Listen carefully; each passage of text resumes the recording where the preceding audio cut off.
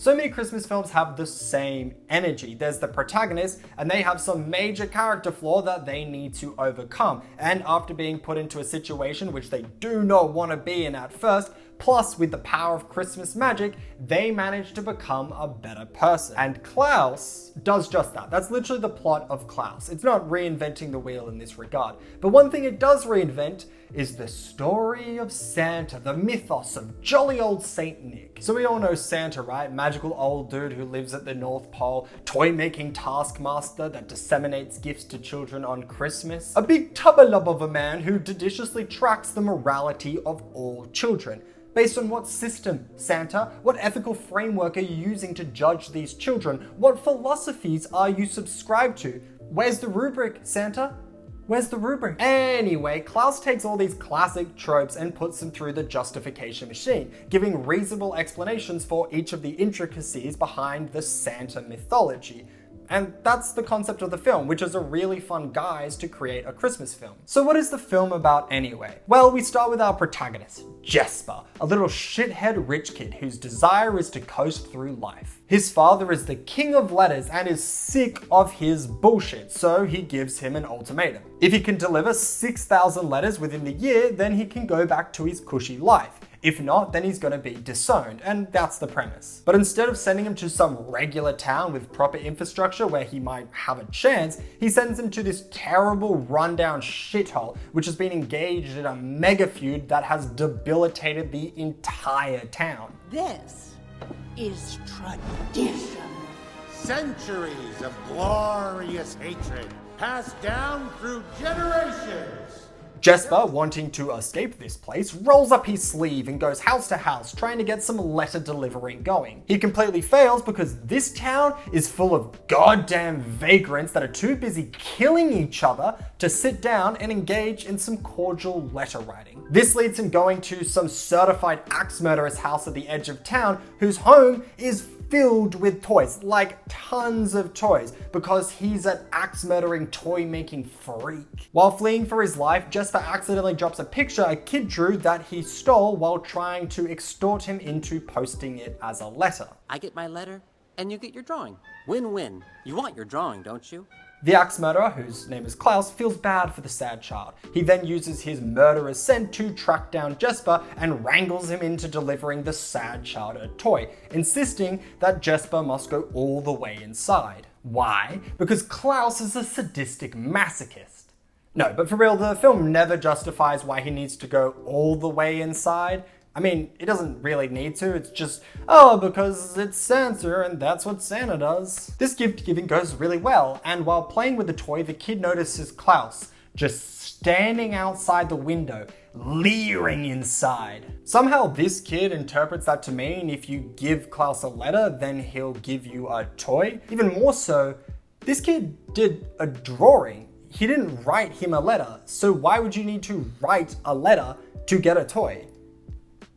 It doesn't make any sense, but whatever, I guess. This little kid then tells his cousins, and they also want to write a letter to Klaus in return for a toy, inspiring Jesper to tell all the kids in town about how they can get a free toy if they send a letter to Klaus. And this sequence is my favorite in the film as we see Jesper create a letter writing black market. The trend catches on and soon flocks of kids are lining up at the post office to post a letter and get their free toy. We also see that the kids are starting to create a legend of Santa based off the actions Jesper does while he's delivering presents. It totally makes sense that all the incongruent elements of Santa, the misconceptions, the magical powers, would be attributed by children just making up stories. Because, I mean, kids are fucking crazy, man. Mr. Klaus is the coolest. Hey, have you heard about Klaus? His name is Klaus and he makes the best toys. And Jesper is feeding into this. When he goes to this one particular shithead's house who talked mad shit, he gives him coal instead of a present. The kid confronts him and Jesper explains it's because he's been a fucko. And Klaus knows he's been a fucko because Klaus has straight magical morality powers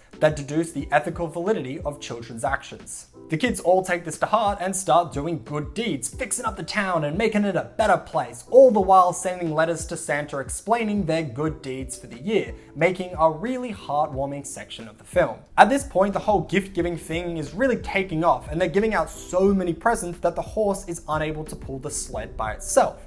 So they recruit the help of some reindeer, creating the Santa's sled being pulled by reindeer myth. This is later expanded upon when there's this chase and the reindeer are launched into the air, and this one kid sees them flying through the sky. So all is going well, but Jesper wants to really hit the goal of 6,000 letter, and Klaus's toy inventory is running out. So he starts a side hustle as a PR agency, realizing that making Christmas a particularly special day is the perfect way to motivate Klaus getting back into the toy making game, because he's hung up his cleats and is done with that life. Meanwhile, the feud is dissipating and the town has been healing. People have been even getting into the Christmas spirit. And that's the power of Santa. And Santa himself has also been healing. Klaus has a pretty basic backstory. It's really similar to the old guy from Up. Klaus had a wife and they wanted to have a kid, but they weren't able to. While they tried and waited for a kid, he kept making toys for the future child that never comes. His wife gets sick and dies, and he becomes a sad recluse. But he is reignited with life when he starts gifting his toys to kids, and he has a purpose again. And it's exactly what you think his backstory is.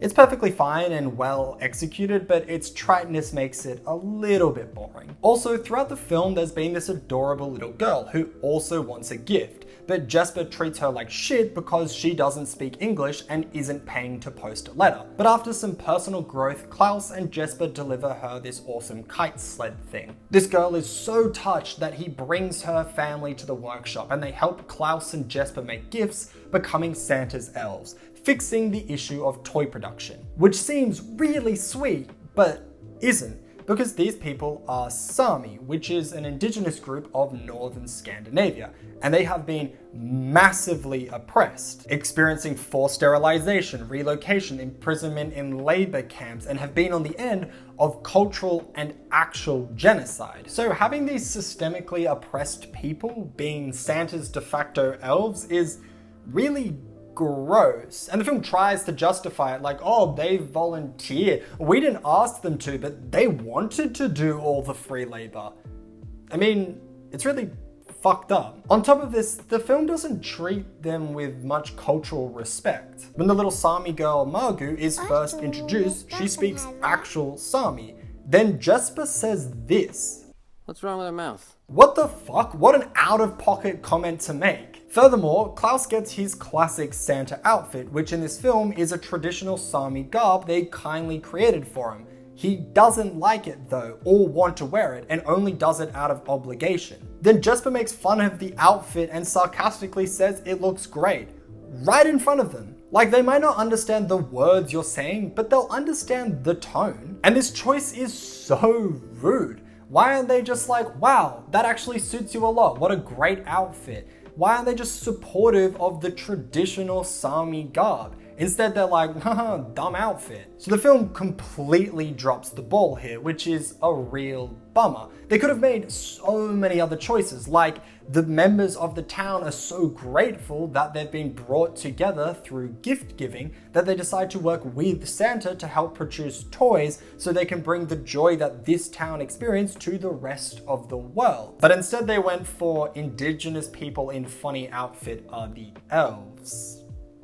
Not good. Finishing up, we see Jesper stay in the town he wanted to move away from so badly at the beginning because he's grown as a person. We also see him grow out a mustache and he becomes Tom Hanks from the Polar Express. 12 years later, Klaus dies because he's an old man. And we see the film make a really weird choice that I personally didn't like, but I guess makes sense for a kid's film. It basically establishes that Santa really is magic, and once a year on Christmas, he comes back. And that's how Klaus reinvents Santa, recontextualizing all the classic tropes and characteristics and explaining how they came to be, how they spread, and how they reinforce Christmas's loving and caring spirit, while also taking the side of Scandinavian colonization.